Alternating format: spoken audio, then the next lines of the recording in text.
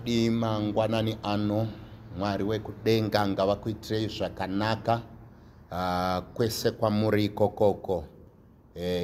Regai ndiremekedze mutungamiriri wedu President AD Madao nekundipawo mukana uno. Mwari wamasimboso vakuitirei zvakanaka kwamuri ikoko. Ini ndinoitwa Pastor Lakama, Harare East Province, Waterfalls. Now gai tipinde muizwi raMwari, Mwari wekudenga vatibatsire. Ndine nyaya yaiswa naMwari pamweya wangu mangwanani ano inoti mushanduri weupenyu. Ndichaverenga kuna Mark chapter number 10 kubva paverse number 45. Nyasha dzichiwanzwa from verse number 46. Vakasvika Jericho. Zvino vakati vachibuda Jericho, vakawana vadzidzi navazhinji. Bartimaeus mwanakomana waTimeo, raiva bofu riri rombe, wakanga agere panzira. Iye wakati anzwa kuti ndiJesu weNazareta, akatanga kudanidzira achiti, Jesu mwanakomana waDhavhidha, ndinzwirei ngoni. Ipapo Jesu akamira akati, mudanei. Vakamudana, vakadana bofu vachiti kwariri, tsunga moyo, simuka, unokudana. Now nyaya yandirura kutaura mangwanani ano ndeyekuti mushanduri weupenyu. Mwari vadonedzera nyaya iyi pamusoro poupenyu hwavanhu vari kurarama vachinamata, but pasina shanduko yavari kuwana mukati muupenyu hwavo, vasina zvinobatika zvavari kuwana mukati muupenyu hwavo. Saka nyaya yaiswa pamwoyo pangu naMwari mangwanani ano ndeyekuti ariko anogona kushandura upenyu hwako. Vanhu vakatadza kushandura upenyu hwako, n'anga dzakatadza kushandura upenyu hwako, vakakubereka vakatadza kushandura upenyu hwako, maprofita enhema akatadza kushandura upenyu hwako.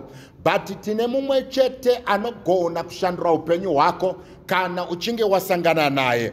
Panapa taverenga pamusoro pemurume anonzi Bartimaeus. Wedre kuti Bartimaeus ba zvinongoreva sani kana kuti mwana. Timaeus zvinoreva an honorable munhu anokudzwa. Zvinoreva kuti murume uyu kana kuti mukomana uyu akanga ari musituation inorwadza but baba vake vairemekedzwa. Akanga ari musituation yekubhega riri rombe uye riri bofu but baba vake vairemekedzwa. Zvoratidza kuti kuremekedzwa kwababa kwakatadza kusolva situation yemukomana, kuti arege kubhega, arege kukumbira, arege kugara munzira.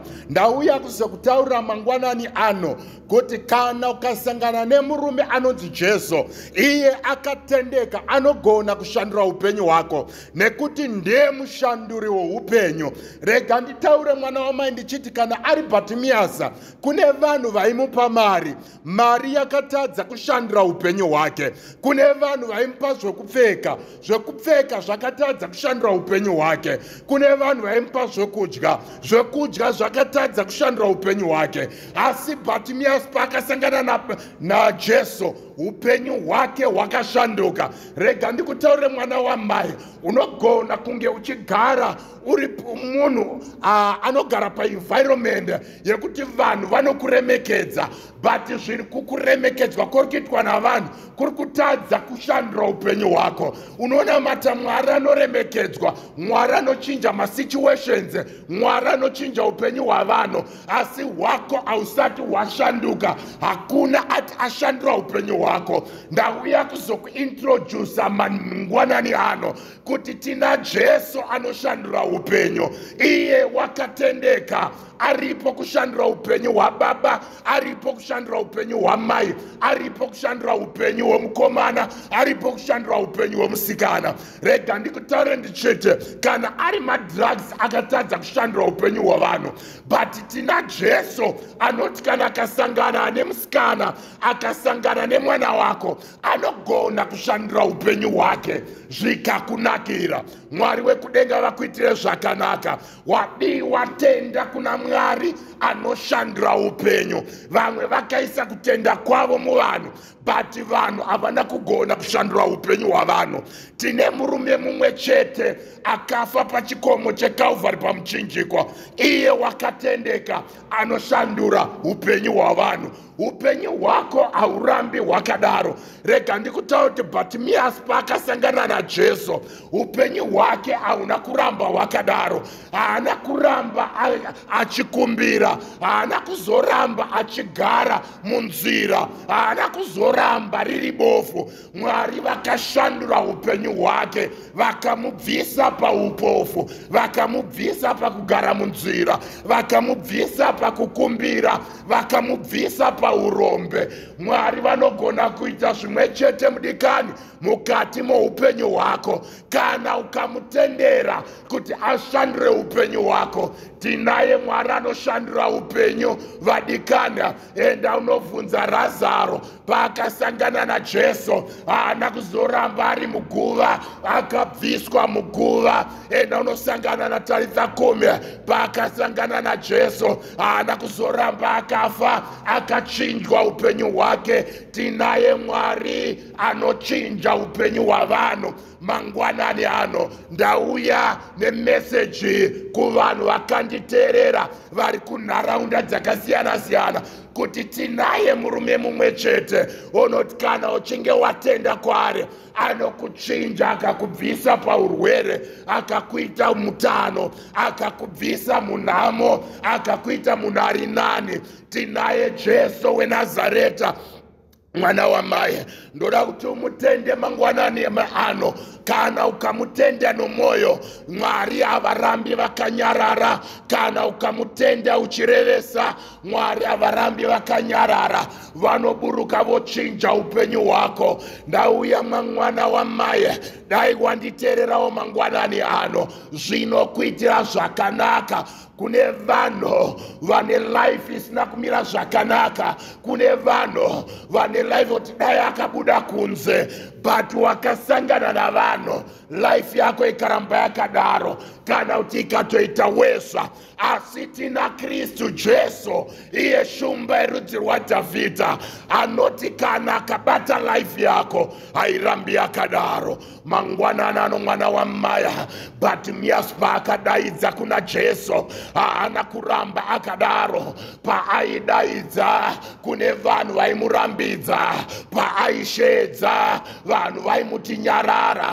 Kune vanhu vari comfortable nelife yako mwana wamai yekukumbira, nelife yako mwana wamai yekuramba uri murwere, nelife yauri kurarama yekuti hapana zviri kunatso kubatana mulife yako.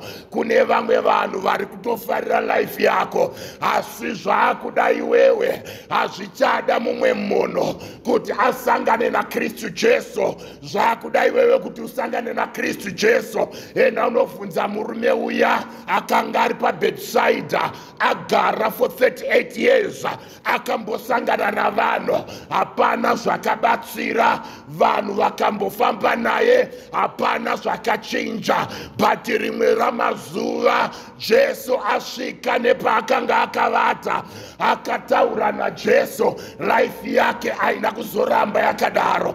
Tina Mwari vanochinja upenyu hwavanhu. 38 years ari paBhetsaida, but asangana naJesu, haana kuita maminutes, haana kuita maseconds. Wagara for a long time uri musituation yako, but ndakukuinvita mangwanani ano, dai wasangana nemusharukwa uyo, dai wasangana na iye shumba yerudzi rwaJudha, mambo wamadzimambo. Paasvika zvinhu hazvirambi zvakadaro, paasvika munhu harambi akadaro. Tina Jesu vanochinja upenyu hwavanhu. Iye ukamutora anochinja life yako. Rega ndikutaure mwana wamai, tine macheche akapindwa navanhu but haana kugona kuchinja life yavanhu. Tine vaprofita vakatendwa navanhu havana kugona kuchinja life yavanhu. Asi kuna Jesu wouti kana ukatenda ndiye mushanduri weupenyu. Muzita raJesu. Bartimaeus mwana wamai unonzwa bhaibheri kuti tsika yake yakanga yatova tsika yekuti anogara panzira awane chinomubatsira chisiri permanent, awane zvinomubatsira zvisiri permanent. But Jesu paanosvika anokupa a permanent solution. Tina Jesu oti kana akachinja life yako anoichinja zvachose. Akambofara paaipiwa majasi, akambofara paaipiwa mari, achiti ranhasi radoka zvakanaka, zvinhu zvangu zvachinja, kumba kwane upfu. Asi paakasangana naJesu akapiwa maziso, akabviswa urombe, akabviswa pekugara. Mwari vanogona kuchinja destiny yako. Rega nditende Mwari mangwanani ano nekuda kwevese vakanga vakanditeerera. Regai ndinamate. Ndinokutendai Mwari wekudenga nekuda kwenyasha dzenyu. Ndinonyengetera kuna Mwari vanochinja upenyu hwavanhu. Imi Mwari chibatai wese anga akanditeerera, wese ari mumasituations anorwadza, wese asina pekutangira, ngaabatwe nesimba, ngaabatwe nenyasha. Ruoko rwenyu rusina kupfupika ngarubate mumwe nemumwe anga achinditeera mangwanani ano. Muzita raBaba, neroMwanakomana, neroMweya Mutsvene. Amen.